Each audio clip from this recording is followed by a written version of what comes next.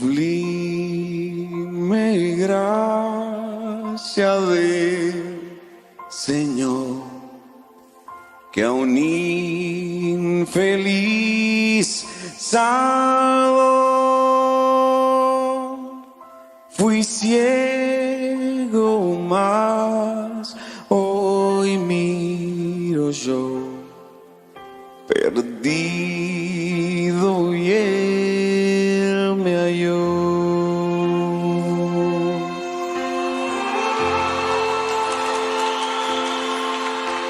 Su gracia me enseñó a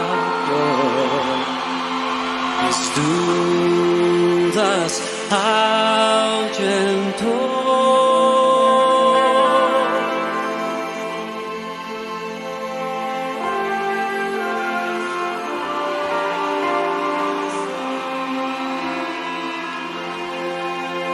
Me transformó, mi esclavitud se terminó, mi Salvador me rescató y su bondad fluye en mí,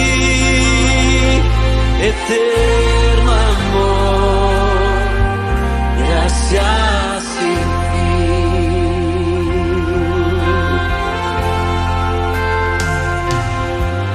En los peligros su aflicción que yo he tenido aquí, su gracia siempre me libró y me guiará hasta el fin. Mi esclavitud se terminó, mi Salvador me rescató y su bondad fluye en mí, eterno amor, gracias sin fin.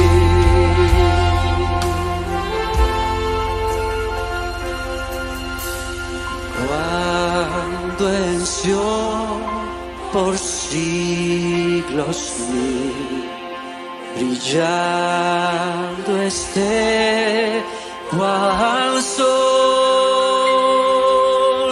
yo cantaré por siempre allí. Su amor me salvó, me salvó. Su amor que me salvó, su amor, sí, su amor que me, sí, su amor que me, tu amor eterno.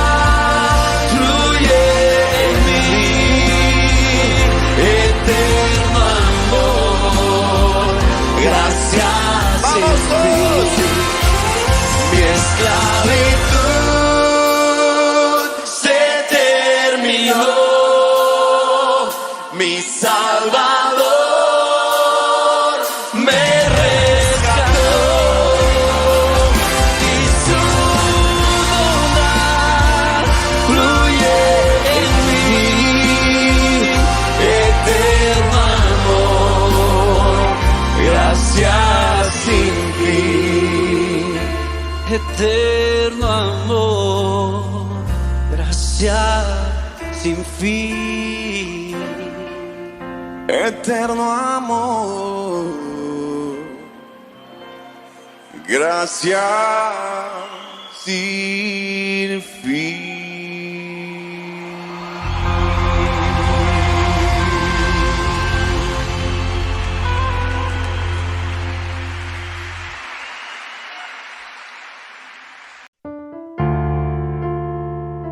El futuro del grano sembrado. Parábola del sembrador, según Lucas capítulo 8, verso del 4 hasta el 8. El sembrador salió a sembrar su semilla, y mientras sembraba, una parte cayó junto al camino y fue hollada, y las aves del cielo la comieron. Otra parte cayó sobre la piedra, y nacida se secó, porque no tenía humedad.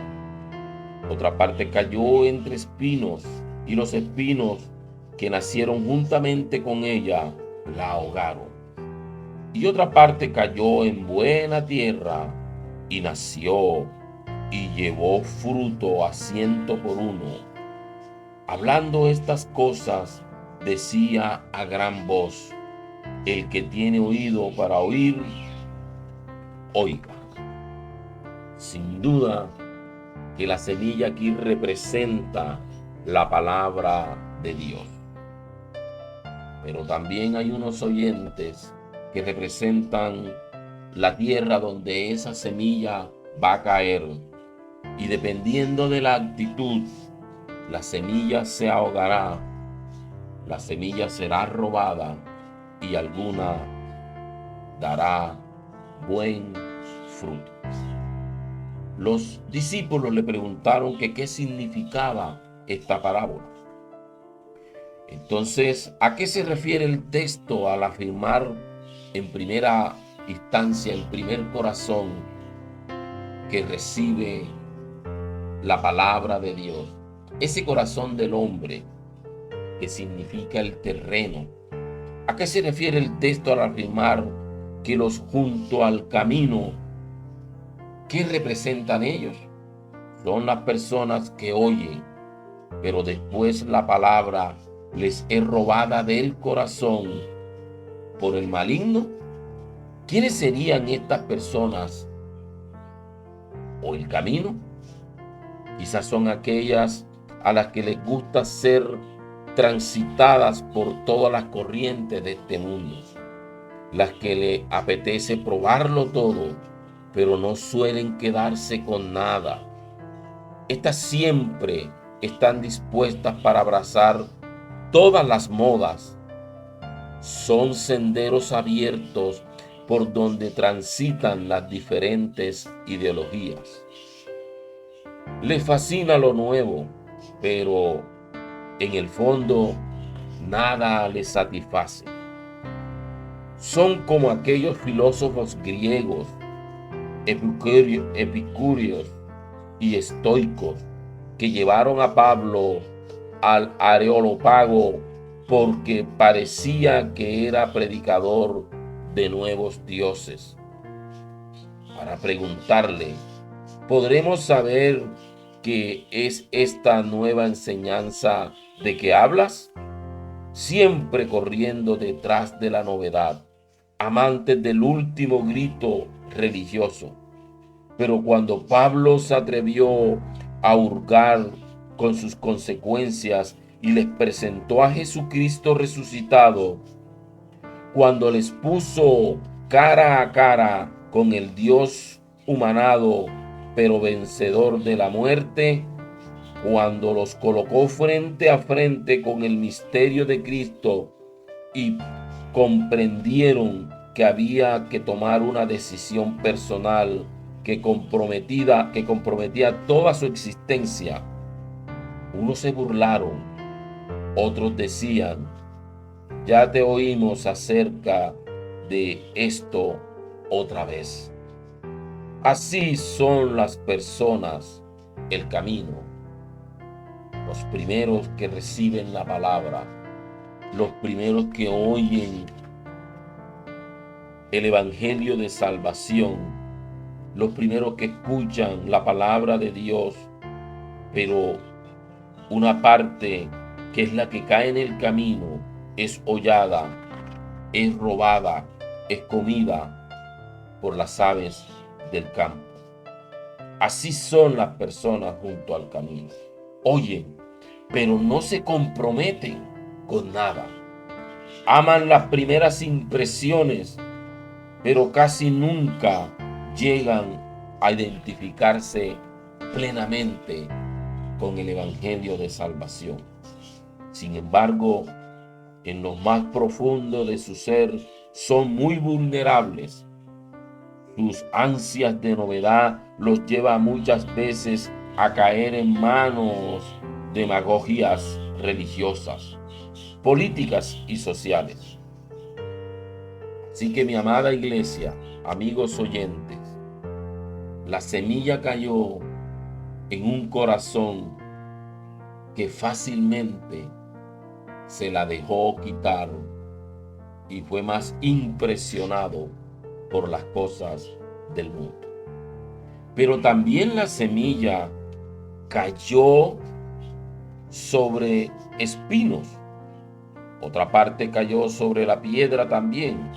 Pero también nos corresponde ahora hablar aquella que cayó sobre la piedra y tuvo una característica más avanzada. Esta nació, pero se secó porque no tenía humedad. A diferencia del primer corazón donde cayó la semilla que representa la palabra de Dios, esta tiene una diferencia y fue que fue escuchada y dio un pequeño fruto porque nació, pero pasado el tiempo se secó porque no fue alimentada, porque no tenía humedad. ¿Quiénes son los de sobre la piedra? El mismo texto lo explica. Se puede oír, se puede recibir la palabra de Dios, incluso con gozo, pero se puede también carecer de las suficientes raíces. ¿Es posible creer que Jesucristo es el Hijo de Dios que se humanizó, muriendo y resucitó, tal como afirma el Evangelio, y después, cuando sobrevienen las dificultades, apartarse de estas creencias? ¿Es posible? Amigo oyente, ¿se puede creer en algún momento de la existencia humana que Cristo venció la muerte y luego perder tal convicción? ¿Es posible llamar a eso fe? ¿Se puede perder la fe? Existen personas cuya filosofía religiosa es: cuando todo me va bien, creo, pero cuando hay dificultades, ya no creo. La palabra de Dios responde que sí existen esta clase de personas. Las hay, y las llama tales personas los de sobre la piedra. Realmente hay que tener un corazón frío y duro como las piedras para abandonar al Señor después de haberse gozado espiritualmente con Él. A estas personas les puede ocurrir dos cosas. Es posible, primero, es posible que la palabra solo haya permanecido en el terreno de la inteligencia, pero sin calar jamás en el corazón. Quiero repetir esto. Es posible que la persona solo haya permanecido en el terreno de la inteligencia, pero sin que la palabra haya calado jamás, haya llegado jamás, se haya sembrado jamás en su corazón.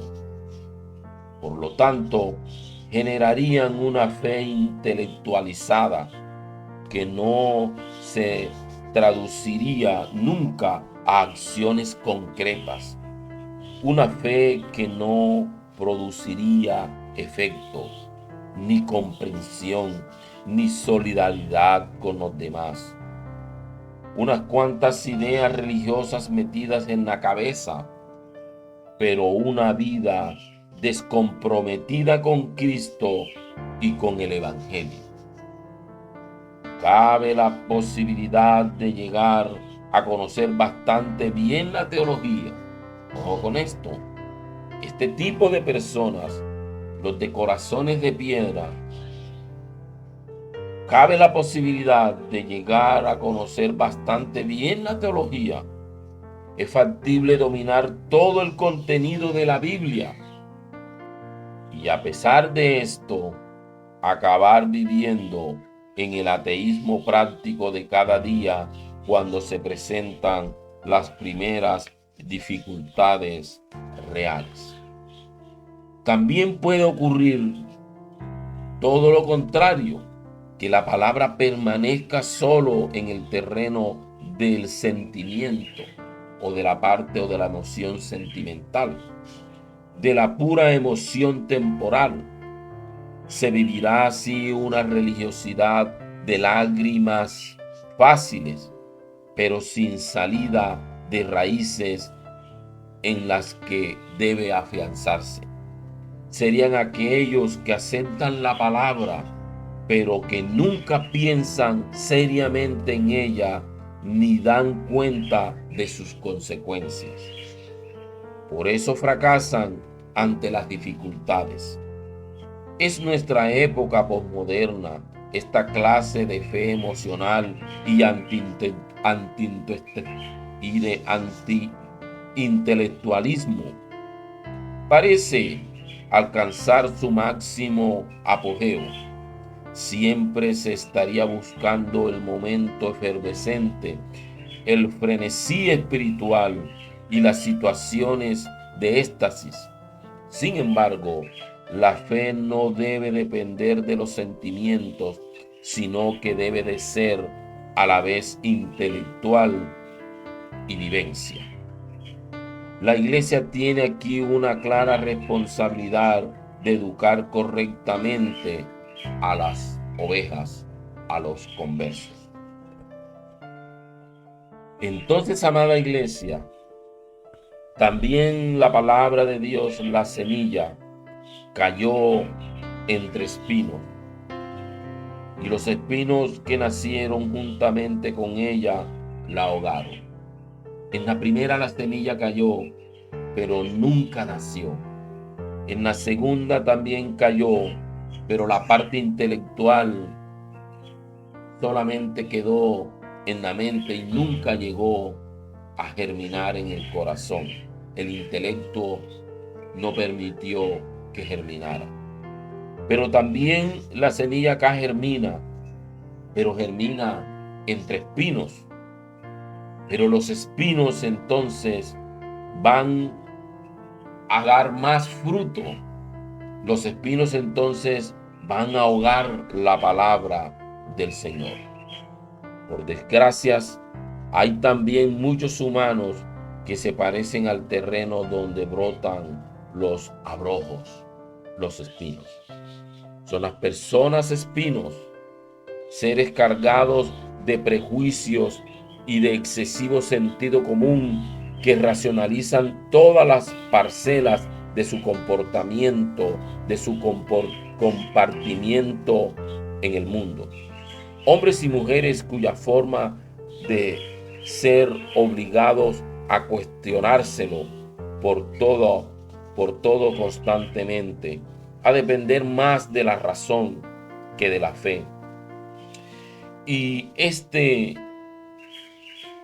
tipo de personas permanecen así y ahogan la palabra antes de que pueda alcanzar la luz que le daría la vida, la luz de Cristo. Se protegen del mensaje de Jesús porque les da miedo. Si lo aceptaran, podrían conducirse a actitudes peligrosas para que su estatus social o los gestos incómodos que implica un cambio radical de su vida. Por eso se encierran en el contenido del Evangelio en el interior de su recóndita celda en su mente y le dan 2 vueltas y media a la cerradura para que nunca se les escape. Si, a pesar de todo, alguna vez el destino les enfrenta con alguna incomodidad, idea bíblica, no se rinden nunca y siempre procuran adecuarlas a sus deseos y a su mentalidad. Nunca al revés. La semilla del Evangelio necesita humedad para germinar en los corazones. Sin embargo, ellos se apresuran a secar el ambiente de manera adecuada para que permanezca en vida lenta. Le impiden la humedad de la fe y por lo tanto no pueden producirse la germinación del arrepentimiento. Dice el Nuevo Testamento que la palabra de Dios es como una espada de doble filo, pero ellos se precipitan para formarla, para forrarla de algodón y que no les hiera sus placeres lo más mínimo.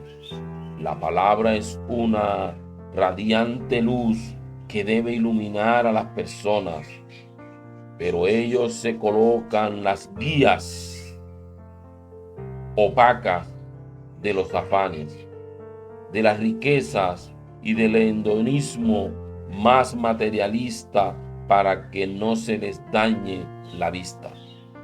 En fin, la palabra es fuego que arde sin consumirse, pero las personas espino pronto la arrojan ríos de racionalidad que la apagan por completo.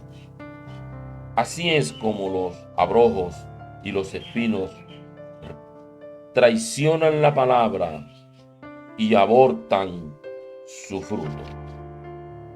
Pero también la semilla cayó en buena tierra y nació y llevó fruto al 100%.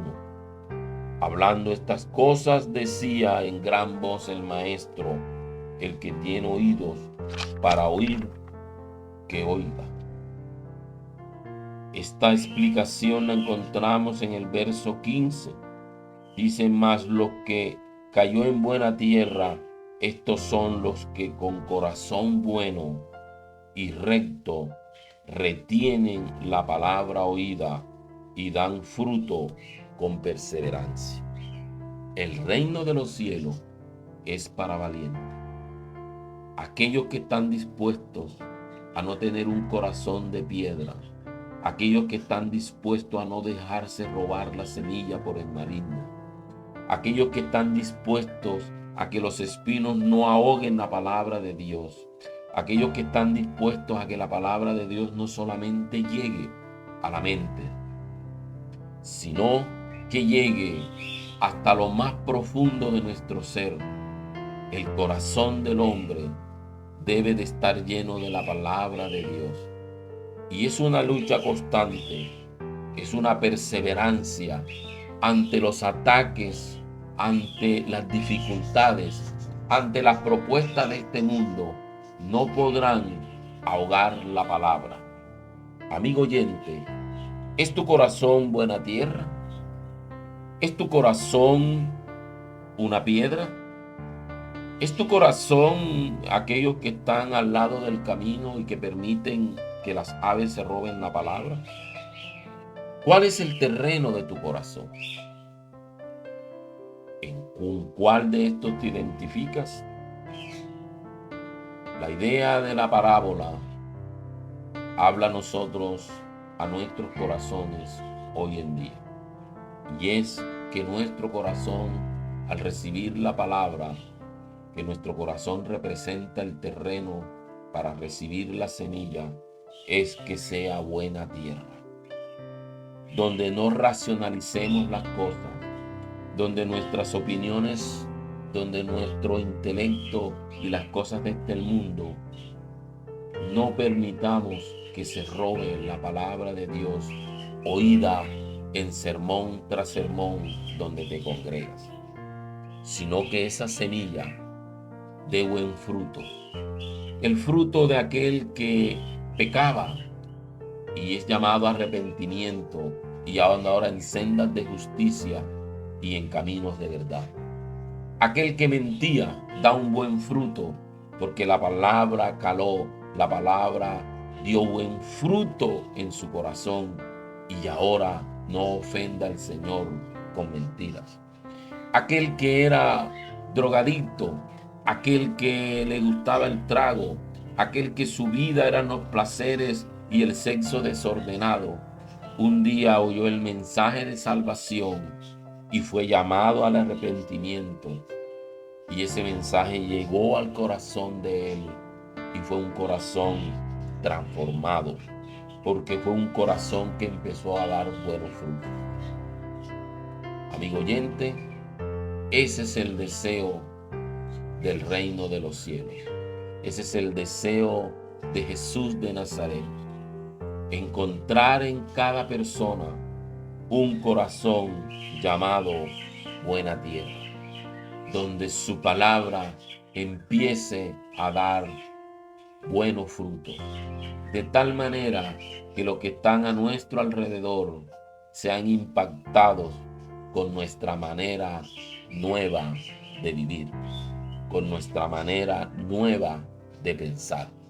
Y ahora somos llamados de las tinieblas a la luz admirable de Cristo, y con nuestros cambios radicales, aquellos que nos conocieron con nuestra vieja manera de vivir son impactados por los frutos dignos de arrepentimiento que hemos tenido, porque ahora somos llamados nuevas criaturas. Que el Señor les bendiga, que el Señor les permita que esta palabra que hemos escuchado dé fruto, amigo oyente, en tu corazón y puedas impactar a tu familia. Nos vemos hasta una próxima oportunidad y bendiciones para todos.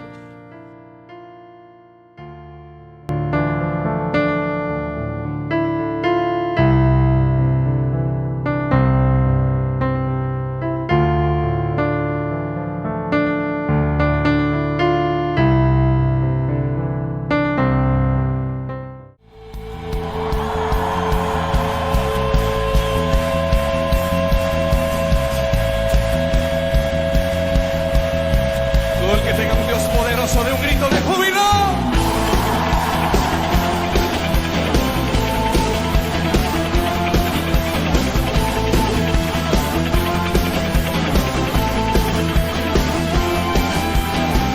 Grande y fuerte es nuestro Dios. Grande y fuerte es nuestro Dios. Dígalo conmigo. Grande y fuerte es nuestro Dios.